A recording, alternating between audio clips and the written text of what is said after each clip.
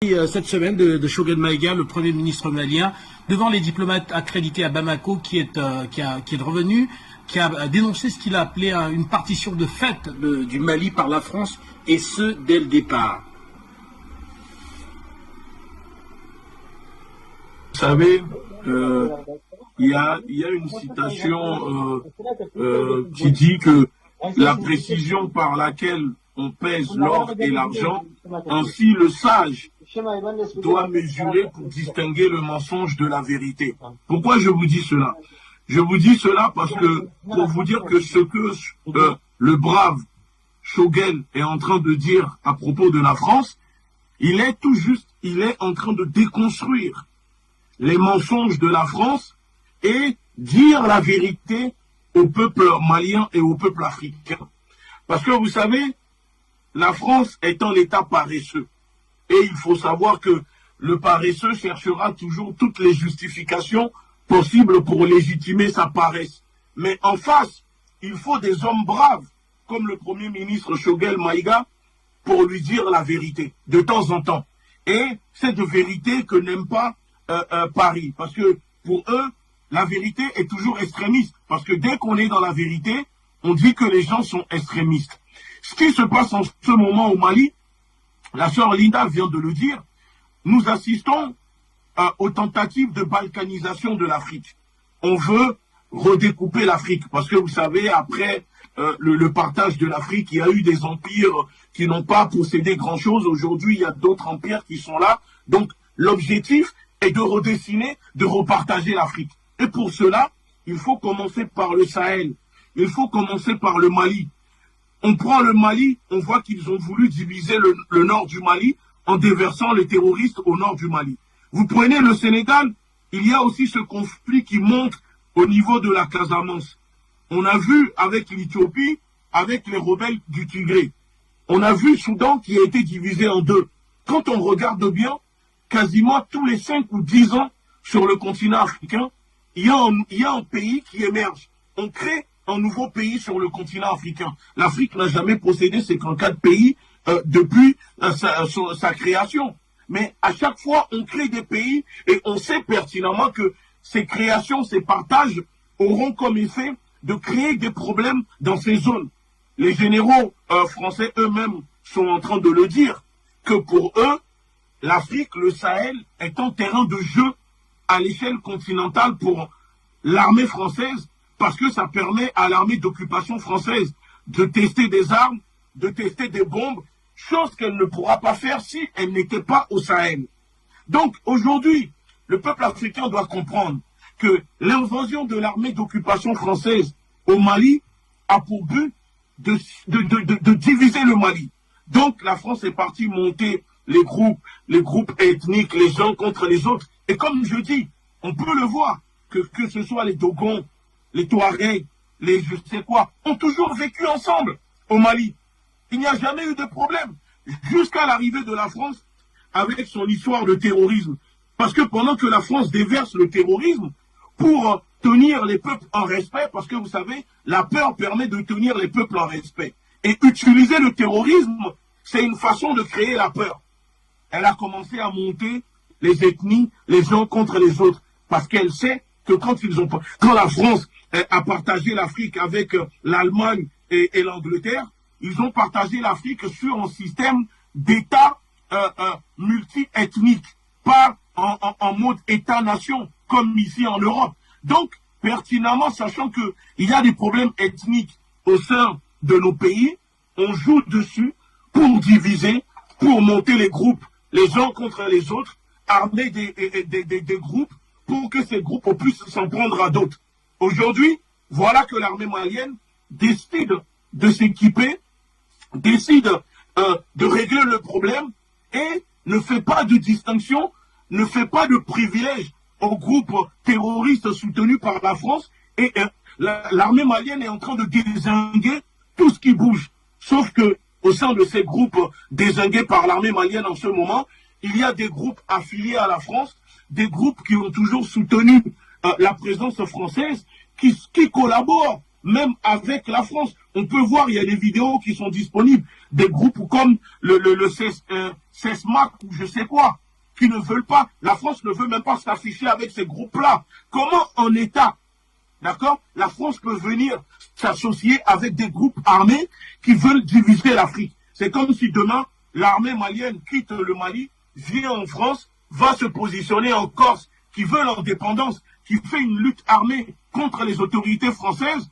et l'armée malienne reste en Corse en disant aux autorités françaises, nous sommes en Corse pour soutenir la France, alors que l'armée malienne est affiliée aux groupes armés corses qui veulent l'indépendance, alors que la Corse fait partie de la France. C'est ça le problème aujourd'hui qui se passe au Mali. Et les terroristes ne sont pas tombés du ciel. Il y a des personnes aussi qui sont victimes de ce jeu de la France, parce que la France est venue leur promettre monde et merveille en disant, voilà, si vous nous aidez, si vous faites ça, vous aurez ça, ça et ça. Vous savez, parce que moi je dis que nous combattons la France, mais ces personnes qui participent, qui prennent des armes contre leurs propres frères et sœurs, contre leurs propres semblables, sont eux-mêmes victimes aussi de manipulation de ce système installé par la France. Donc, à un moment, moi je le dis, je suis pour que l'État, les autorités maliennes puissent mettre sur la table un dialogue avec ces groupes armés. Ceux qui le veulent, ceux qui sont d'accord au sein de ces groupes armés, qui sont prêts à discuter avec les autorités maliennes, je suis pour que les autorités maliennes puissent lancer des campagnes de désarmement et demander aux gens qui sont d'accord de déposer les armes et que les autorités maliennes puissent les réintégrer dans la société civile, leur trouver des postes ou peut-être même les remettre dans l'armée malienne pour créer l'unité dans le pays. Et c'est ça qui dérange la France, parce qu'on voit que pour la France, il est hors de question que Bamako puisse discuter avec des groupes qu'elle considère comme terroristes. Parce qu'elle a besoin de ces groupes pour maintenir la peur, pour tenir le gouvernement de Bamako en respect, pour faire peur aux populations et légitimer sa présence, l'occupation de la France sur les terres africaines.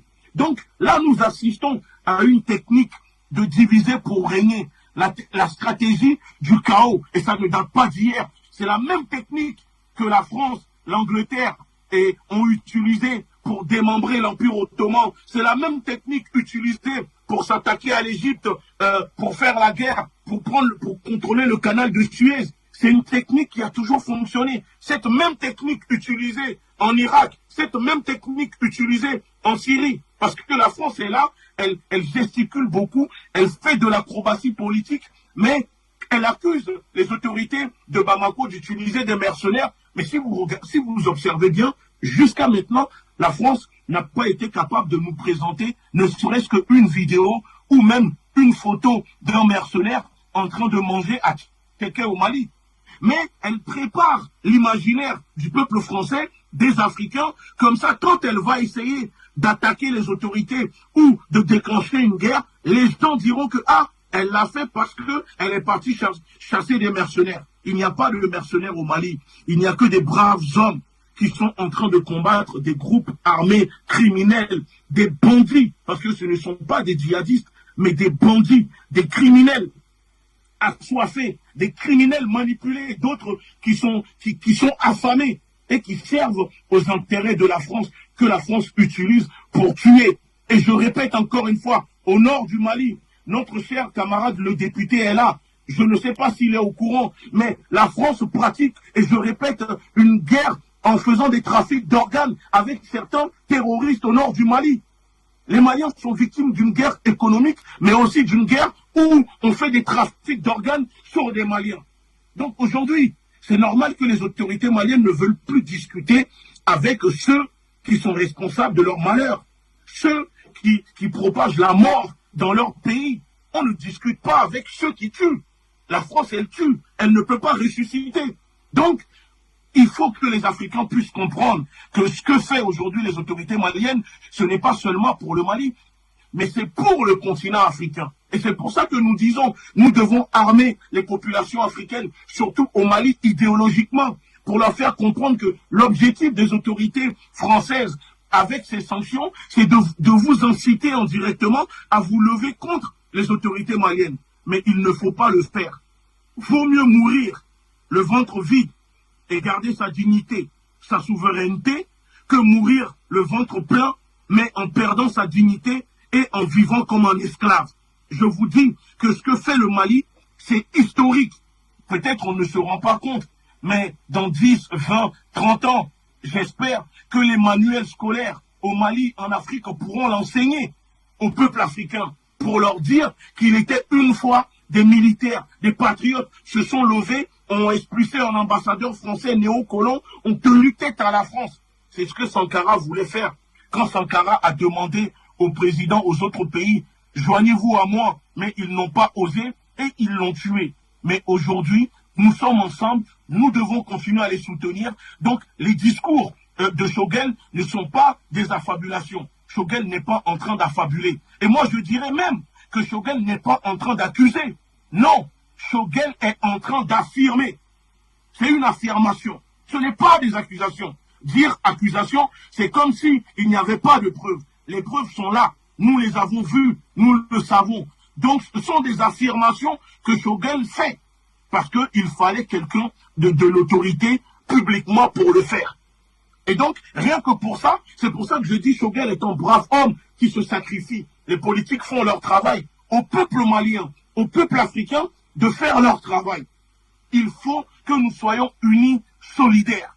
Et il n'y a que comme ça qu'on réussira à faire déjouer l'agenda que l'impérialisme a pour le continent africain, de rediviser le continent africain, de faire main basse sur les ressources du peuple africain, parce qu'en ce moment, pendant que la France occupe le nord du Mali, déverse le terrorisme au nord du Mali, c'est du manque à gagner pour les autorités maliennes. Parce que ces zones occupées par ces terroristes, c'est là où se trouvent les ressources dont le gouvernement a besoin pour faire développer le pays. Et on le voit en ce moment, depuis qu'ils sont en train de les dézinguer, la France déplace ces terroristes comme une vague pour les ramener au Burkina, au Niger, au Bénin, et on nous dit même qu'ils sont déjà en train d'arriver au Togo.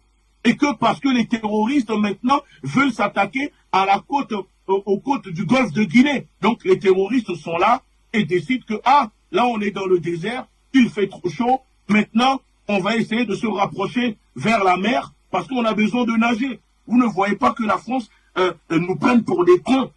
Nous ne sommes pas des personnes attardées. Il ne faut pas que la France continue comme ça d'insulter la capacité cognitive des Africains. Même si nous savons que nous sommes dans une guerre cognitive hybride, mais nous avons encore la capacité intellectuelle de réfléchir. Le terrorisme au Mali, la déstabilisation, l'occupation militaire, la dictature économique, politique, monétaire que nous subissons sur le continent africain, que le peuple malien subit, c'est la France qui est responsable de ça. Et donc je dis, la France est l'ennemi éternel du peuple africain. Et il est temps que nous enseignions à nos enfants. Nous devons enseigner à nos enfants que la France, le gouvernement français, est l'ennemi éternel de nos peuples. Et que celui qui te veut du mal, tu ne peux pas l'embrasser. Celui qui te veut du mal, tu ne peux pas l'aimer. Arrêtons d'être miséricordieux avec nos ennemis. La France est l'ennemi éternel de l'Afrique tant qu'elle continuera à pratiquer cette politique d'exploitation, cette politique nazione dans les camps de concentration qui sont nos pays. Et nous allons nous libérer parce que ces richesses nous appartiennent. Nous allons reprendre nos droits parce que nous sommes des Africains, nous sommes des humains. Et si la France n'est pas contente, alors nous disons, moi je dis qu'il arrivera un moment où on ne fera plus des discours. Il y aura une autre génération qui arrivera et qui sera prête à faire une lutte armée pour libérer ces terres. Parce que je pense qu'à un moment, les discours, nous sommes en train de le faire, mais d'autres viendront et eux ne voudront pas discuter. Parce que c'est comme ça. On ne se libère pas des gens qui ne veulent pas quitter nos terres avec seulement des discours. Pour le moment, nous sommes en train de parler, mais la France doit comprendre, arrivera un moment où l'Afrique, le Mali deviendra le nouveau Vietnam pour l'armée française et pour le gouvernement français. Donc, ils peuvent encore pour le moment se retirer. Nous pouvons encore leur tendre la main gauche tout en les combattant avec la main droite. La France n'a qu'à saisir l'opportunité de se ressaisir. Mais si elle refuse, alors elle sera humiliée au Sahel et partout sur le continent africain comme au Vietnam. Retour sur ce plateau et merci. Retour sur ce plateau, merci à vous Béanzon. On va à présent ouvrir le standard de la télévision panafricaine aux différents intervenants.